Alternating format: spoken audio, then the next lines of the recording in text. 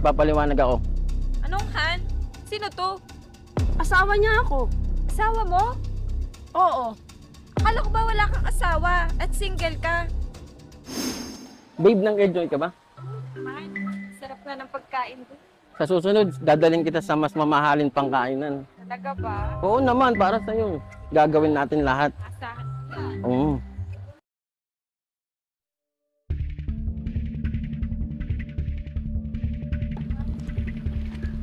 Ha? Ano to? Wait, magpapaliwanag ako. Anong Han? Sino to? Asawa niya ako. Asawa mo? Oo. Akala ko ba wala kang asawa at single ka? Kamanloloko mo talaga. Ikaw na magpapakita sa akin ha. Magsama kayong dalawa.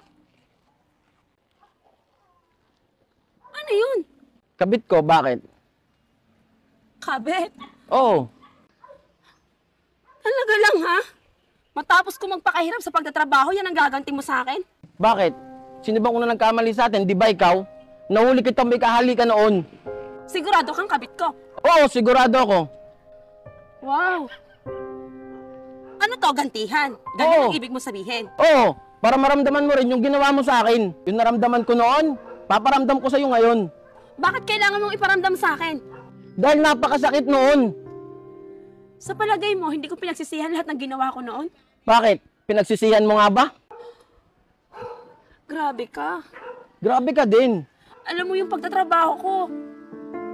Halos araw-araw wala ako para magtrabaho para may maisuporta sa pamilya natin, pero ito lang din yung ibibigay mo sa akin. Di ba mahirap din magpakananay sa ating pamilya? Sino bang may gusto nito? O, maging palit tayo. Oo, payag ako, pero hindi ako magkakabit. Kaya ginawa ko lang dito sa'yo. Di mo kailangang iparamdam niya sa akin. Dahil pinagsisihan ko yung mga ginawa ko noon.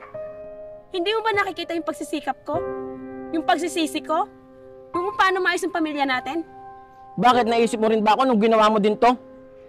Kung alam mo lang yung pagsisisi ko. Kaya nga nagpupursige ka ako maghanap buhay eh. Para magkaroon kayo ng magandang buhay. Pero ito lang yung makikita ko. Tsaka hindi mo ko kailangan gantihan eh. Siguro naman, kita mo naman yung mga effort ko na binibigay sa inyo. Kaya bakit pa? Eh di kung ganun din lang pala, wala na rin palang pupuntahan ng relasyong ito, itigil na natin to. Bakit? Hindi mo pwedeng ayusin? Hindi na, at sa mga bata, susustentuhan ko na lang yan. Ewan ko sa'yo. Mas gusto mo na gana na hiwa-hiwalay tayo? Oo, mas gusto ko.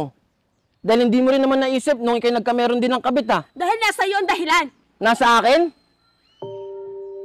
Total, hindi na rin magandang relasyong ito, itigil na rin natin.